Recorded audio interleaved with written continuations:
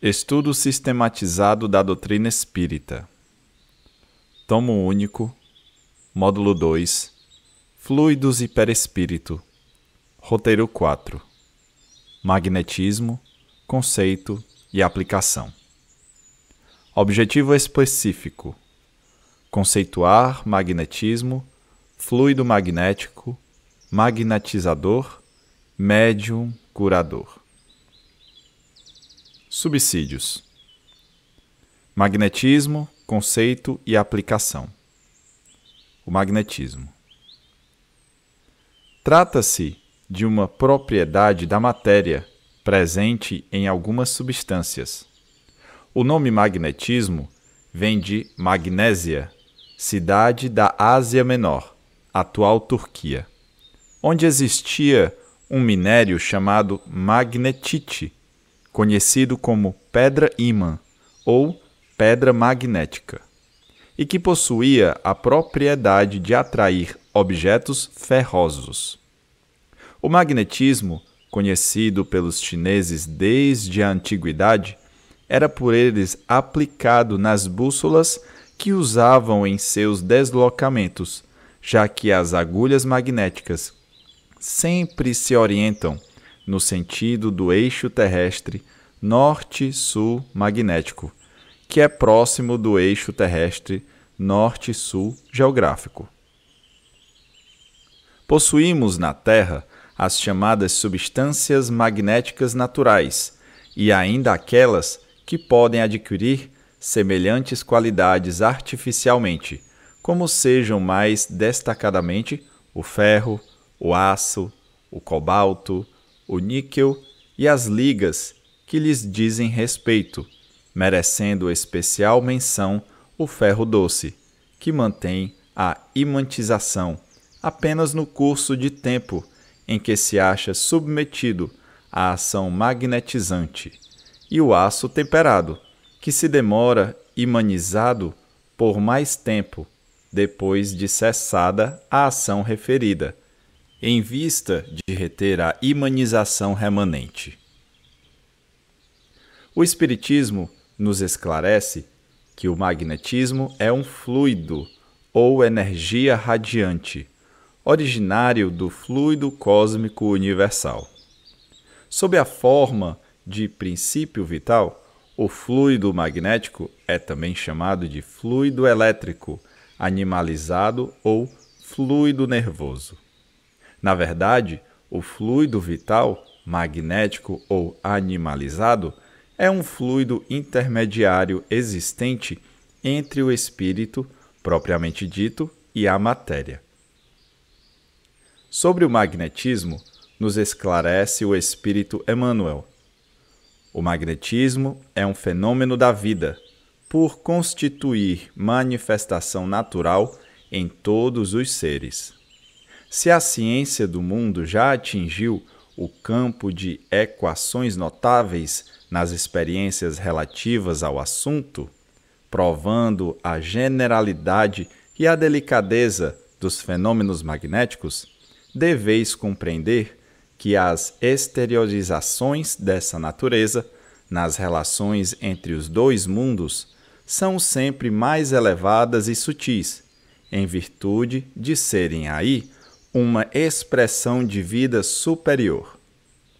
O magnetismo se expressa de diferentes formas. Há o fluido animal, o espiritual, o vegetal, o mineral e etc. Sendo assim, no codificador do Espiritismo, a vontade desenvolve o fluido, seja animal, seja espiritual, porque, como sabeis agora, há vários gêneros de magnetismo, em cujo número estão o magnetismo animal e o magnetismo espiritual, que, conforme a ocorrência, pode pedir apoio ao primeiro. Um outro gênero de magnetismo, muito mais poderoso ainda, é a prece, que uma alma pura e desinteressada dirige a Deus. Fluido magnético. O fluido magnético pode ser considerado sinônimo de fluido vital, ou, no mínimo, efeito deste. Para uns, O princípio vital é uma propriedade da matéria, um efeito que se produz achando-se a matéria em dadas circunstâncias. Segundo outros, e esta é a ideia mais comum, ele reside em um fluido especial universalmente espalhado e do qual cada ser absorve e assimila uma parcela durante a vida, tal como os corpos inertes absorvem a luz. Esse seria, então, o fluido vital, que, na opinião de alguns, em nada difere do fluido elétrico animalizado, ao qual também se dão os nomes de fluido magnético, fluido nervoso e etc. O fluido magnético de uma pessoa pode envolver outra, influenciando-a.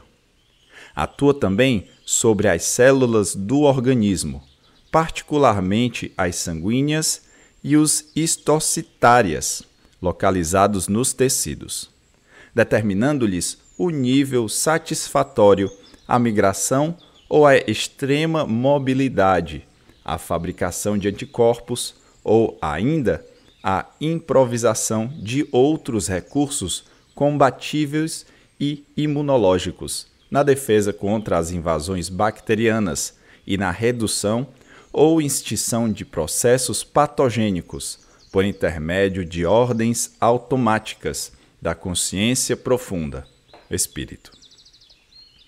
O fluido magnético, condensado no perispírito, pode fornecer princípios reparadores ao corpo. O espírito, encarnado ou desencarnado, é o agente propulsor que infiltra num corpo deteriorado uma parte da substância do seu envoltório fluídico. Dessa forma, a energia magnética transmitida por alguém atua no perispírito do beneficiário e daí chega ao corpo físico.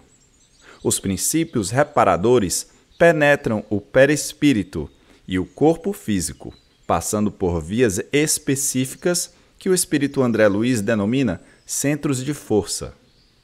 O nosso perispírito possui 7 principais centros de forças principais, que se conjugam nas ramificações dos plexos do sistema nervoso: o coronário, o cerebral, o laríngeo, o cardíaco, o esplênico, o gástrico e o genésico. O fluido magnético age, de certo modo, como agente químico, modificando o estado molecular dos corpos. Nada há, pois, de admirável que possa modificar o estado de certos órgãos, mas, igualmente, se compreende que sua ação, mais ou menos salutar, deve depender de sua qualidade. Daí as expressões bom ou mau fluido, fluido agradável ou penoso. Na ação magnética propriamente dita, é o fluido pessoal do magnetizador que é transmitido, e esse fluido não é senão o perispírito. Sabe-se que participa sempre, mais ou menos, das qualidades materiais do corpo, ao mesmo tempo que sofre influência moral do espírito. É, pois, impossível que o fluido próprio do encarnado seja uma pureza absoluta, razão porque a sua ação curativa é lenta, por vezes nula, por vezes nociva, porque pode transmitir ao doente princípios mórbidos. Magnetizador e médium curador. O magnetizador é uma pessoa que, manipulando o fluido magnético, produz efeitos mais ou menos patentes. Em geral, o magnetizador, propriamente dito, é considerado sinônimo de médium curador, porque ambos são pessoas capazes de veicular fluidos vitais. Entretanto, há diferenças fundamentais entre um e outro, segundo a concepção espírita. Pelo fato de um fluido ser bastante abundante e enérgico para produzir efeitos instantâneos de sono, de catalepsia, de atração ou de repulsão, Não se segue absolutamente que tem as necessárias qualidades para curar. É a força que derruba e não o bálsamo que suaviza e restaura. Assim, há espíritos desencarnados de ordem inferior, cujo fluido pode mesmo ser maléfico, o que os espíritas a todo instante têm ocasião de constatar. Só nos espíritos superiores, o fluido perispiritual está despojado de todas as impurezas da matéria. Está, de certo modo, quintessenciado. Por conseguinte, sua ação deve ser mais salutar e mais imediata. É o fluido benfazejo por excelência. Visto que não pode ser encontrado entre os encarnados, nem entre os desencarnados vulgares, faz-se mister pedi-lo aos espíritos elevados, como se vai procurar nas regiões distantes os remédios que não encontramos em nossa terra. O médium curador pouco emite de seu próprio fluido. Sente a corrente do fluido estranho que o penetra e ao qual serve de conduto. É esse fluido que magnetiza, e aí caracteriza o magnetismo espiritual e o distingue do magnetismo animal. Um vem do homem, o outro dos espíritos. Entre o magnetizador e o médium curador, há, pois, esta diferença capital. O primeiro magnetiza com o seu próprio fluido e o segundo com o fluido depurado dos espíritos, donde se segue que estes últimos dão o seu concurso a quem querem e quando querem, que podem recusá-lo e, por conseguinte, tirar a faculdade daquele que dela abusasse ou a desviasse de seu fim humanitário e caritativo, para dela fazer comércio. Quando Jesus disse aos apóstolos: "Ide, expulsai os demônios, curai os enfermos", acrescentou: "Dai de graça o que de graça recebestes". Existindo no homem em diferentes graus de desenvolvimento em todas as épocas, a vontade tem servido tanto para curar quanto para aliviar. É lamentável sermos obrigados a constatar que também foi fonte de muitos males, mas é uma das consequências do abuso que muitas vezes o ser faz do livre-arbítrio.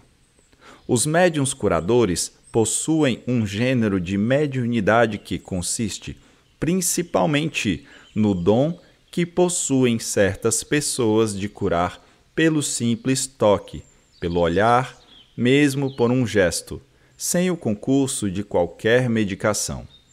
Evidentemente, o fluido magnético desempenha aí importante papel. Porém, quem examina cuidadosamente o fenômeno, sem dificuldade reconhece que há mais alguma coisa. A magnetização ordinária é um verdadeiro tratamento seguido, regular e metódico. No caso que apreciamos as coisas que se passam de modo inteiramente diverso. Todos os magnetizadores são mais ou menos aptos a curar, desde que saibam conduzir-se convenientemente, ao passo que nos médiuns curadores a faculdade é espontânea e alguns até a possuem sem jamais terem ouvido falar de magnetismo. A intervenção de uma potência oculta, que é o que constitui a mediunidade, se faz manifesta, em certas circunstâncias, sobretudo se considerarmos que a maioria das pessoas que podem, com razão, ser qualificadas de médiuns curadores, recorre à prece, que é uma verdadeira evocação.